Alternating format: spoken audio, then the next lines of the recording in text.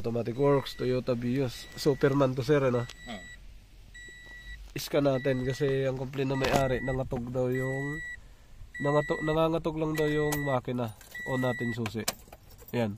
Naka-on na siya. So walang indicator ng PRND. Walang indicator kasi automatic to nga sir yan. Dapat may P yan. PRND. Ngayon apakan natin ang preno, atras natin. Sa R wala din ha. Walang nag-register kahit R. Neutral. Kasi isa to naka-parallel lang yan Drive 3 lang ang lumalabas. Drive tapos 3. Ano? Neutral wala. Wala. Naka-neutral tayo. Drive. Neutral. Drive 3. Wala. Disalign to. Disalign to pagkagawa na to. Yan. Yun. Kahit nasa park, naka-drive. Wala na. Okay, so dito may problema na to. May problema na kaagad to rito. So, pagka may problema yan, ang takbo niyan, yung transmission, hindi magko-correct talaga niyan. Hindi siya align. Kumbaga, hindi align yung takbo sa RPM. Una na kaagad yun. Dito, pwede nga, stuck lang yan sa third gear. Scanin muna natin kung anong fault code. Pwedeng mag-stuck sa gear, pwedeng mag-stuck sa third gear, pwedeng mag-stuck sa isang gear, o hindi mag-shift. Yan ang nakita ko. So kailangan palabasin natin lahat yan dyan para tumino. 16 pin.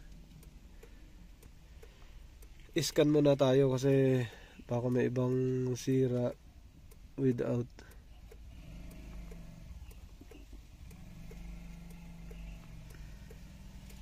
Okay, sakto yung mileage niya sa dashboard, sakto. Okay. Yes. Health report. Sa health report may 4 na fault code, sa engine 4. Sa engine transmission bali 8 na. 8. Madami to. Wala siyang indicator ng park reverse, neutral drive. Tapos dito mga sir, ang dami niyang fault code. 8 sa 8 sa engine, yun 8. Ayan. 8. Ang una, transmission range sensor circuit, PRND input, pressure control solenoid valve D, transmission range circuits, PRNDL, wrap idling, pressure control valve D, electrical, transmission range circuit. Bumalik lang yung dalawa. Bali ang fault code niya 4, 1, 2, 3, 4. 4 lang ang fault code. So bumalik lang. Tapos meron siya sa ABS. Yung ABS na ayos ko na yun. Meron siya sa vehicle speed signal. Ito. Kailangan din to makuha. Ayan. So sa electronic motor power steering naman siya pumasok. Tapos SRS, common na to kasi may tama siya sa bangga. Okay, good na yan. Open internal signal. Okay na yan. Dito lang tayo pupunta sa 4 na to. Yung pinaka-common. Transmission, range sensor, A circuit, PRND input. So, wala daw siyang input. Tapos, pressure control solenoid valve D. Ito, malalim to. Pwedeng wirings, pwedeng transmission, mechanical, pwedeng electronics, TCM. Ito, ganun din. Pwede rin. Bali, 2 lang pala siya kasi current and pending lang. Yan, current and pending lang. Bali 2 lang ang fault code. PRND tsaka si solenoid. Focus lang tayo dyan. Ngayon, pwede tayo magpunta sa live data. Live data tayo. Live data. Okay na yun. Okay.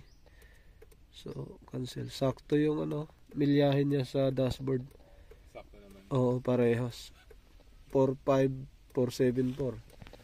45474 yan. Okay.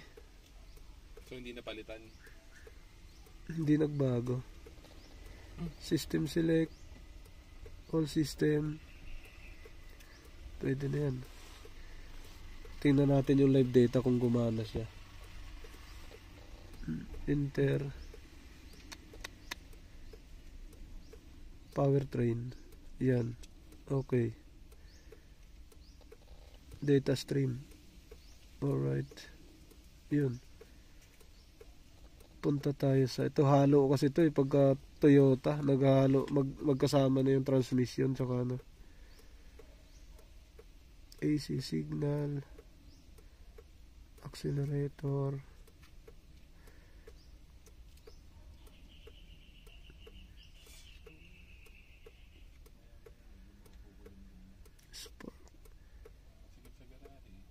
transmission, solenoid valve lang mababasa natin dito. Solenoid valves.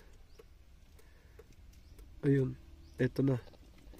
Eto, pwede natin makita to. Ayan.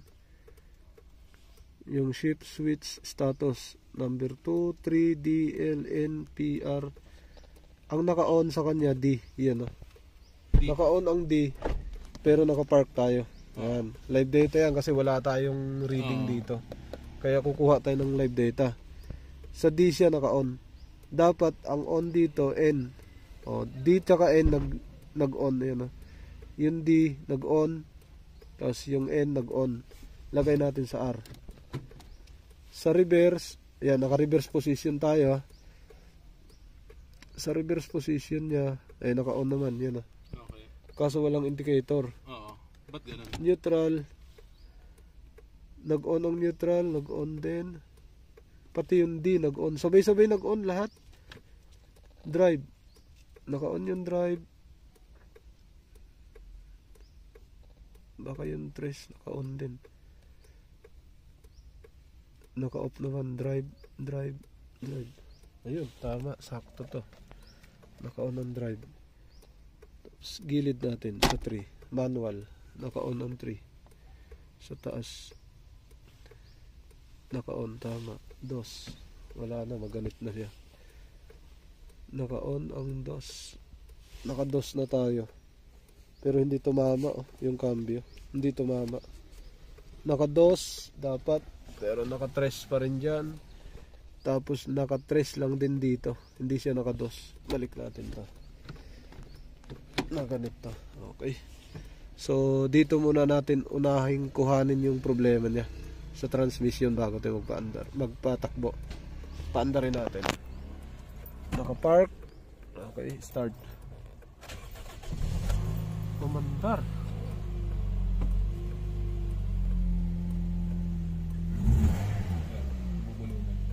Yun, magkaiba sira nun. Ibang sira na yon sa sira nung transmission. Magkaiba sila.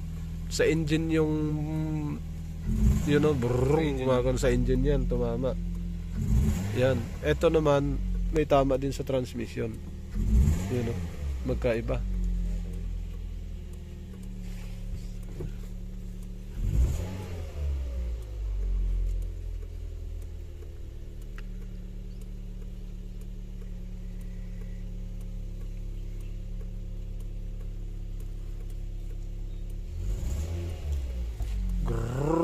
Ganun. Reverse natin. Aalog to. Reverse. Boom. Umalog na. Umaldog. Neutral. Drive. Meron din. Naalog siya. Naka-reverse. Pero dito naka-drive. Naka-reverse. Dito naka-drive. Park. Dalawa ang tama na ito. Puntahan muna natin ang system select, powertrain. Tingnan natin kung may problema sa spark.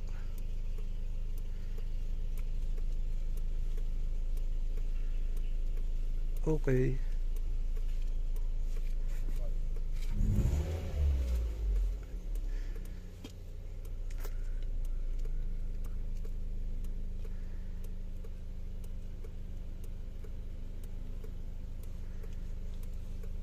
Live data. Yun. Idle spark. Grrrr, ganun siya. Grrrr. Ay, puro 1 to. Oxygen sensor. ignition coil tayo, cylinder.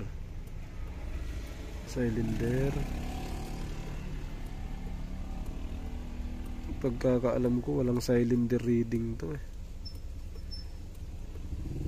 So, cylinder reading walang cylinder reading, hindi natin makita yun. Basta Toyota ganito. Okay, troubleshoot na tayo. Panahin natin yung, tingnan muna natin yung makina. Yun, dito tayo pupunta sa katog. Okay, good. Okay pa. Ito isa. Nahina na. Wala na eh. Nahina na yan. Ito. Ay. Nagpalit na rin pala ito, sir. Nagpalit na. Mataas na to. Mataas ang alas niya bago tumalo. Pero buo. Diba? Ito. Tigas. Taas. Okay, good. So, mataas talaga ang alas niya bago tumalo. So, isa. Okay, good. So, isa. Kahit itaas mo, walang palo. Baba. Adjust. Mahina. Pumapalo siya, mahina ito. Ito pino ang palo nito. Pino. Hindi siya malayo pagitan. Kaysa dito. Ito, replace to. Ito yata ang replace eh. Isa. Oo, ito napalitan na. Ito stock to siguro itong mga to. So ngayon, kailangan natin pagpalitin yan. Baka kasi ang problema is spark plug. Pwede spark plug ang sira, pwede ring wirings. Okay, kaya pagpalitin natin. Yun, nakamarking na tayo. 1, 2, naka-X yung 2, 3, 4. So, ilipat natin sa malakas dito. Malakas ang kuryente nito. Pagpalitin natin. Ito siya, may moist. Parang tubig to. Tubig ang moist na to. Sa number 2, naka-X. Ito yung number 4. Ayan, kaya kinukuhanan talaga natin. Ito, orig nga ito. Oo, ito yung orig yun. Denso. Ang mga replacement niyan, yung mga plama. Yan, denso yan. Pero may denso din na peke. Yan, plama na to. Replace na yan. May mga plama din yata ang orig. Ito, plama rin, denso rin to, Toyota. Pagpalitin natin. Ito, kita na kaagad natin na may moist, no? Consider na natin yan. So sana ganun kalalim. Silipin lang natin yung spark plug sa ilalim. Baka may tubig. Wala naman. Kabila. Wala naman. Malinis. Okay. Malinis ba?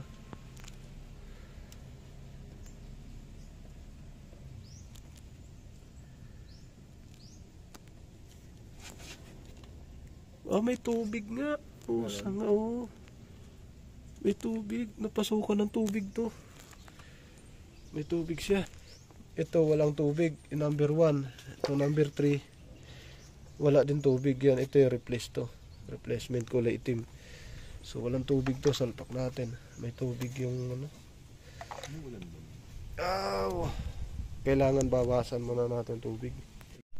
Yun. Ito yung number 2. Yung binunot natin na may tubig. So pinunasan na natin yan. May tubig siya.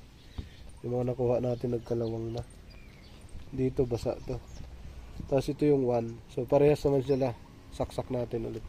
Yun, nalipat na natin. Ito yung 2. Nilipat natin sa 4. Yung 4 nilipat natin sa 2. Andar. Subukan natin. Iangat. Baka kasi sa wirings tumama. Nag-short. Okay, start.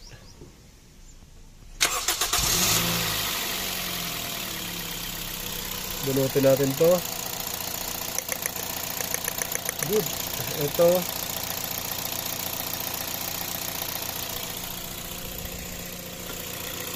Kuryente ako. Buo to. Pumapalo na. Ito. Good. Ito. Mahina na talaga to. Ayan o, layo na. Ganyan kataas.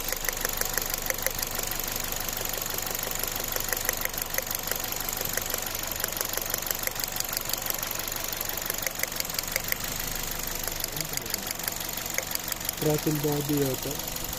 Throttle body. Mahina na to.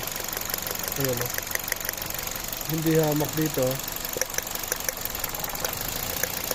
Ramdam mo yung palo. Tapos pag uminit na yan, lalo pang hihina yan. Lalakas. Dinig na dinig. Okay. Sa loob, rev natin. Subukan natin. Oh, nawala na oh. Tingin ko gumagana pa yun, nagkatubig lang.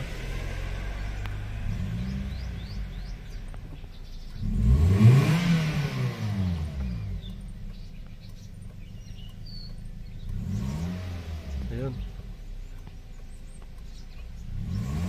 Gumana pa yun, nagkatubig lang. Tapos trace natin to. Transmission naman. Alright. Mga sir, set natin to sa neutral. Park, ganun, wala siyang lumabas sa park, reverse, wala din, neutral. Diyan natin iset. Drive, bakit lumabas yung drive? Yung neutral, hindi. Ang layo, ang layo. Ang laki ng play. Naka-neutral, pag i-drive mo, nandyan lang. Dapat sakto yan dito sa gilid, tatama. Dito tatama yan, wala na, ayaw magalaw. Bumaba lang ng konti sa neutral. Yan, nakatutok na dyan. Dapat dito yan tumutok. Kasi pag ganyan mo, manual na yun. Dapat dyan siya pinakagilid. Set natin siya neutral. Dyan. Kasi pag baba mo dapat neutral, gilid talaga lahat tatamaan ito dito sa gilid. Kasi, yan. Dapat dyan. Okay, dyan dapat. Set natin yan sa harapan. Neutral. Aksidente. Yan. This year lang halos tumakbo ulit ito. Clear natin.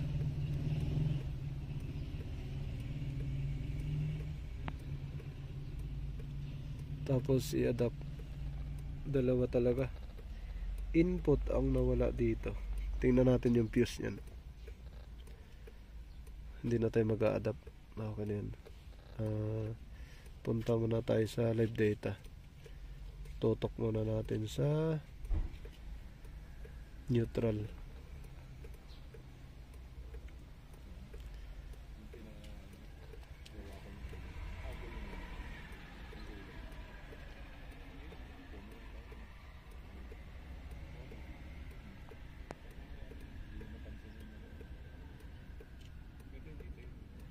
Neutral ito.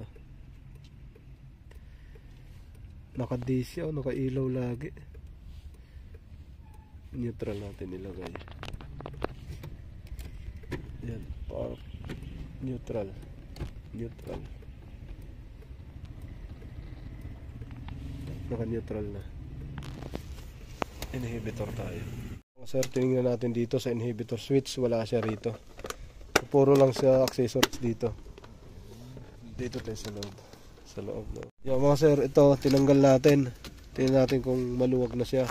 Yan na yung drive, neutral, reverse, malambot na siya. Park, yan na, malambot na. Okay. Park, reverse, neutral, drive, sakto na siya. Sakto na ang baba. Yan. Ang naging problema nito yung bracket dito. Pagkabit. So yan, naka-drive yan. Neutral. Dapat isagad pa ito doon sa dulo. So yun. Oo, mismo. Yung bracket lang problema niyan sa pagganit. So dito smooth naman na siya. Okay? So ibalik ko lang siya sa drive. Naka-drive yan. Manual. Drive. Ilagay ko doon sa harapan sa drive. Yung mali lang yung pagkakabit. Oo, sa ano lang yan, bracket lang. So okay yan. Walang problema. Naka-drive yan ano? Ayan na, sa ilalim. Yung inhibitor switch. Ito sir. Saan yan? Ito. Ito. Drive yan. Pataas na siya. Ayan. Yan ang drive. Ayan ang drive siya. Drive. Higpitan na natin yan. Yan mga sir. Pinit natin doon sa harapan. Nagpit tayo dito. Tapos tingnan natin, trace yan, naka-manual. Ayan, sagad. Drive, okay yan. Tapos DOS, dapat magdo-DOS siya. Walang DOS, balik natin to. Tanggalin muna natin yan kung talagang malambot. DOS, 1, okay naman siya, good lahat ng pasok nito. Yan, trace. Hindi lang siya talaga nare-register. Drive. Ngayon, paandarin natin sa drive. Pag umandar, may problema ang module.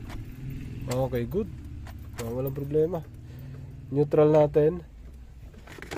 Hindi nagre-register. Neutral. Wala, Start. Wala din. Ang taas nga nito.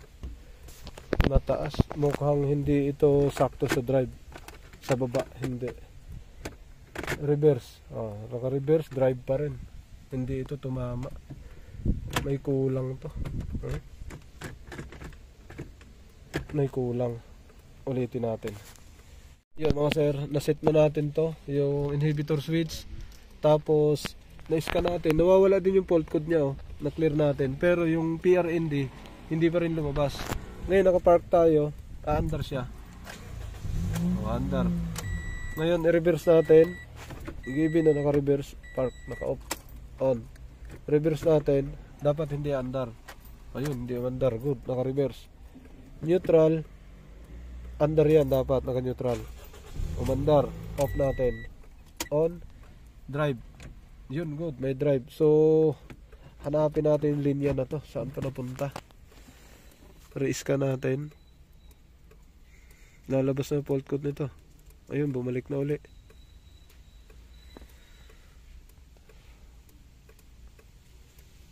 Parang binibigay niya, putol yung linya ng transmission.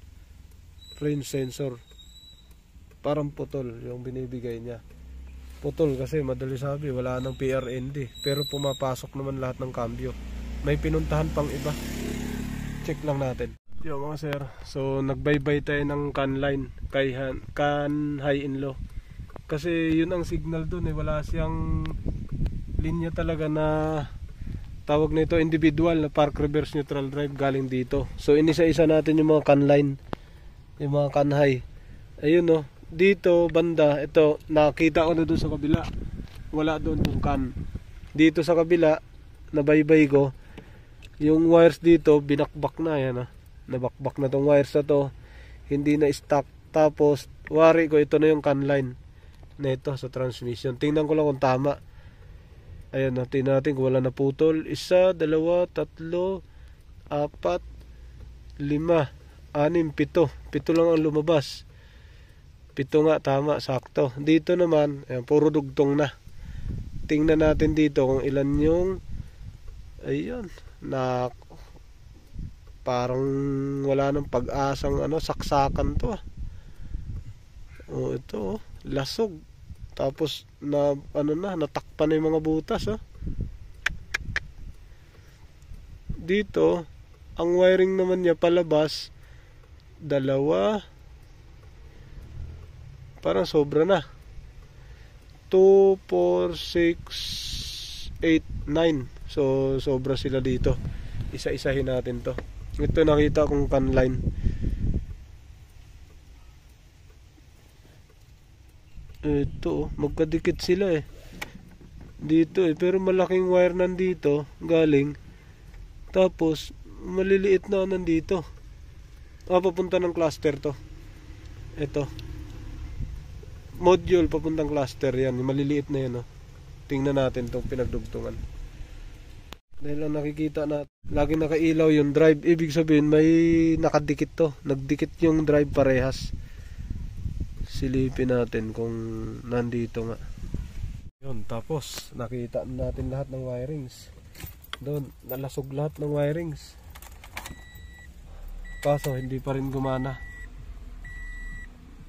On. Ayun, wala pa rin yung PRND. Reverse. Tumama na siya Sa drive lang malayo. Adjust lang to. Drive lang ang lumalabas. Pag nakabunot ang inhibitor switch, nakailaw lahat. Shorted, sumasabay na yung drive sana. Ito ay papalitan ng ECU, testingan dahil galing sa bangga, ang daming nalasog na wire.